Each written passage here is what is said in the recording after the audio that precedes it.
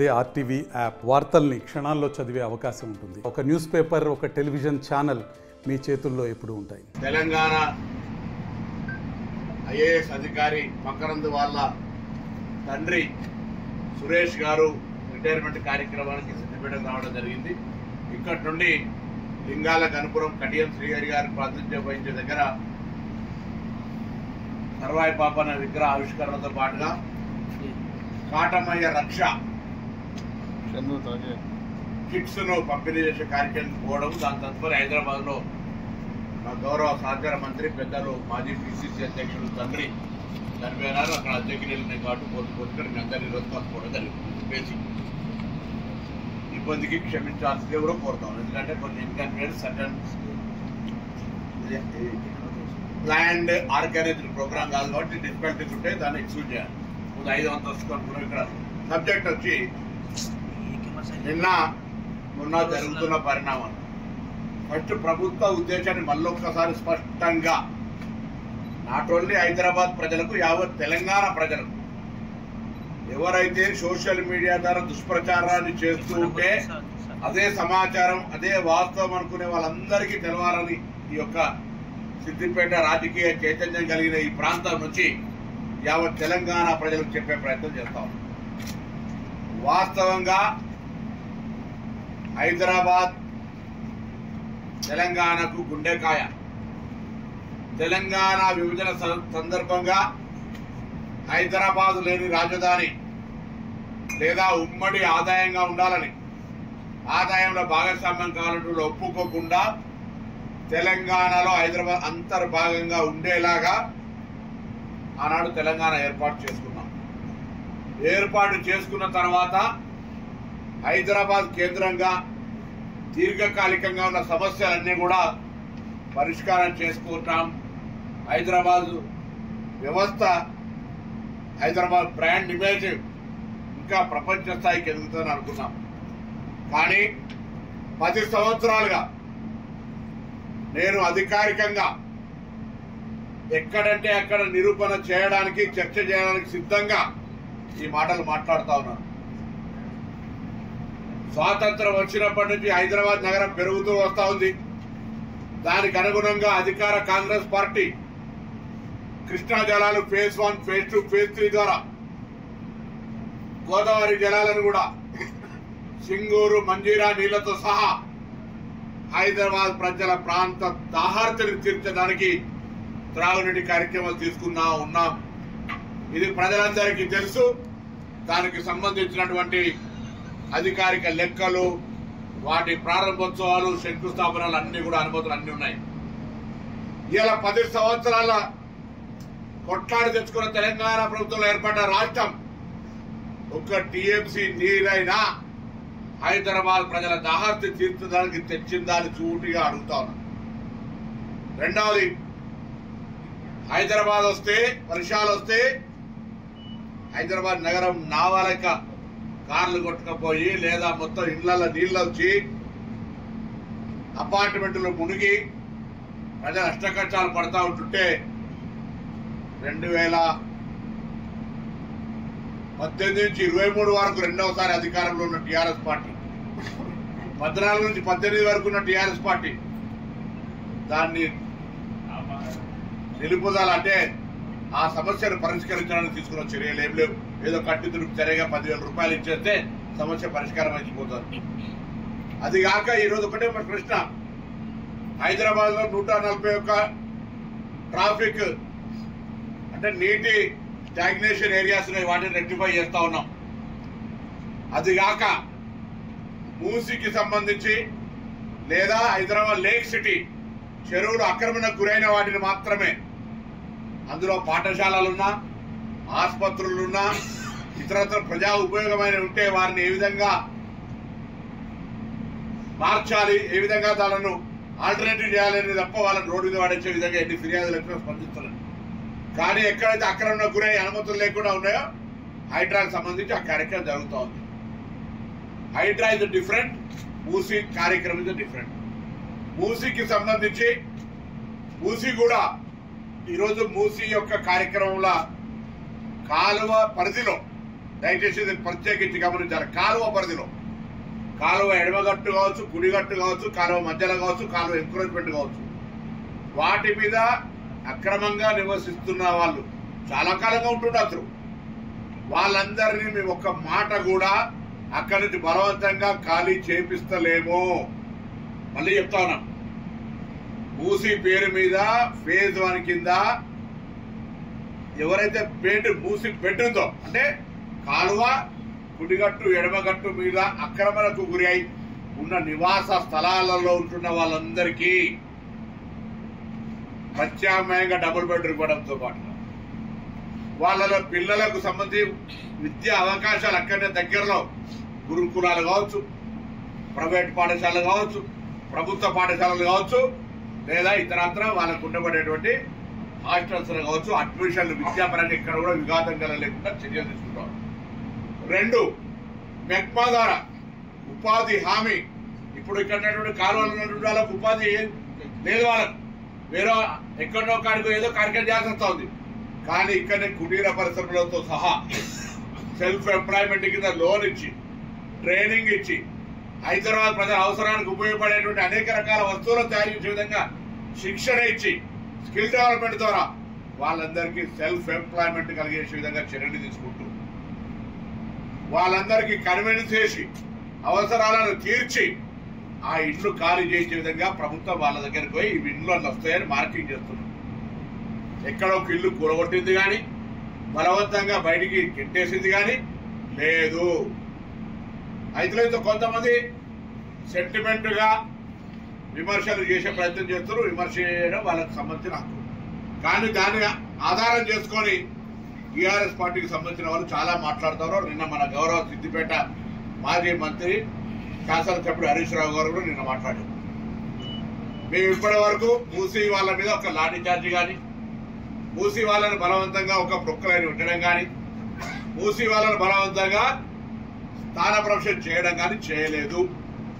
వాళ్ళందరికీ ప్రత్యామ్నాయంగా ఇండ్లియాలని ఆలోచన. దయచేసి మేజర్ పాయింట్, తెలంగాణ ప్రభుత్వం మూసీ పరివాహక ప్రాంతంగా ఉన్నటువంటి ఫిల్టర్ బెడ్ ఏ బెడ్ మీద అయితే ఉందో వాళ్ళందరికీ పర్యావరణంగా వాళ్ళందరికీ డబల్ బెడ్రూమ్ ఇల్లు ఇవ్వడము, విద్యా ఉపాధి అవకాశాలు కల్పించడానికి తర్వాతనే తీస్తాం. ఇదే మూసీ మీద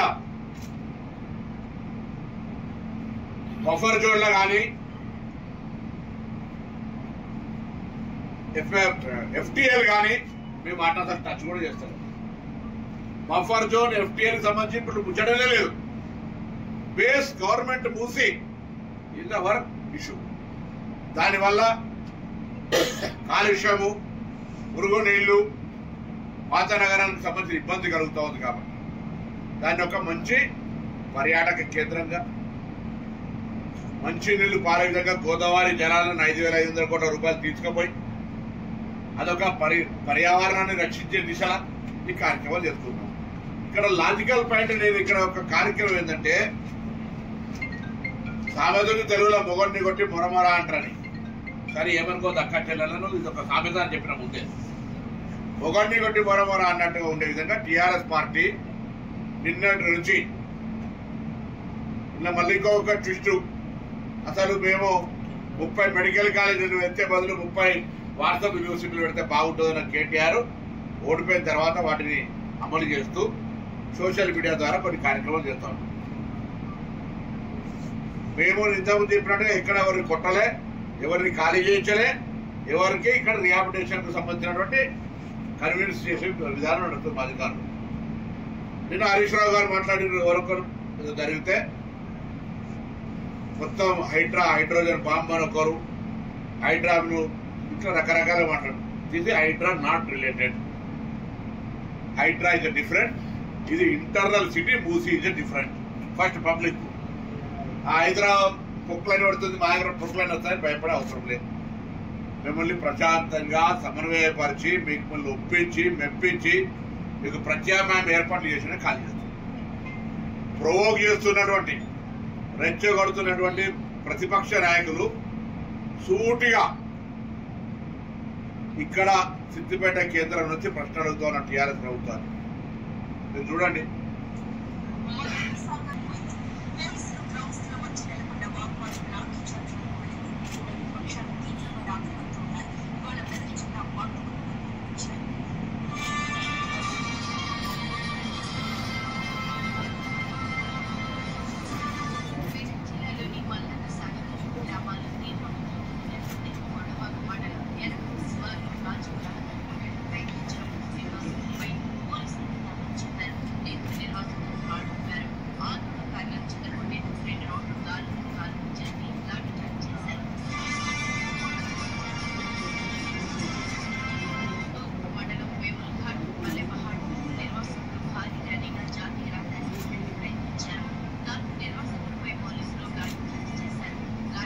లాఠీ చార్జ్ చేసారు, పోలీసు వాళ్ళతో కొట్టించారు, కాల్పులు జరిగినాయి.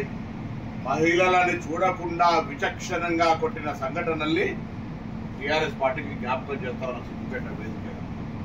మేము ఎక్కడన్నా అటువంటి సంఘటనకు పాల్పడ్డామా?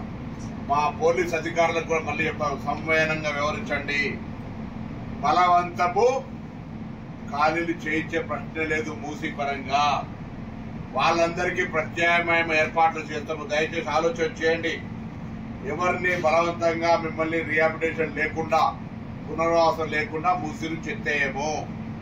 మీకు డబల్ బెడ్రూమ్ ఇల్లు నేనే స్వయంగా చూసి వచ్చిన. అక్కడ ఉన్న వాళ్ళతో మాట్లాడినాం. కొద్దిగా దూరం అవుతుండొచ్చు ఎవరికైనా, ఇల్లు అక్కడ నుంచి ఖాళీ చేసి 20 నుంచి జైలు నుంచి ఉన్న వాళ్ళు వేరే కాడికి పోవాలి, ఇబ్బంది అయితే కావచ్చు. ఆ ఇబ్బందిని తొలగించడానికి కూడా ప్రభుత్వం విద్యాపరమైన అవకాశాలు, ఉపాధిపరమైన అవకాశాలు, ఇల్లును మీకు ఉచితంగా ఏదో కార్యక్రమం ఇస్తాను. దయచేసి ఆలోచన చేయండి. ఇవాళ ప్రతిపక్షాలకు సంబంధించి ఇట్లా చేస్తున్న వీళ్ళు అధికారంలో ఉన్నారు. మేము ఆ రోజు ప్రతిపక్షంలో ఉన్నాం. కనీసం ఇంత ఎత్తున గొంతు కూడా ఇప్పనియలే. మమ్మల్ని కనీసం పోయి నిరసన చెప్పడానికి అవకాశం కూడా ఇవ్వలే. ఇవాళ మీకు నిరసన చెప్పి పత్రికల్లో మాట్లాడి ప్రభుత్వాన్ని విమర్శించి ప్రభుత్వానికి అవసరమైతే సూచన చేసే విధంగా అవకాశం ఇస్తా ఉన్నాం.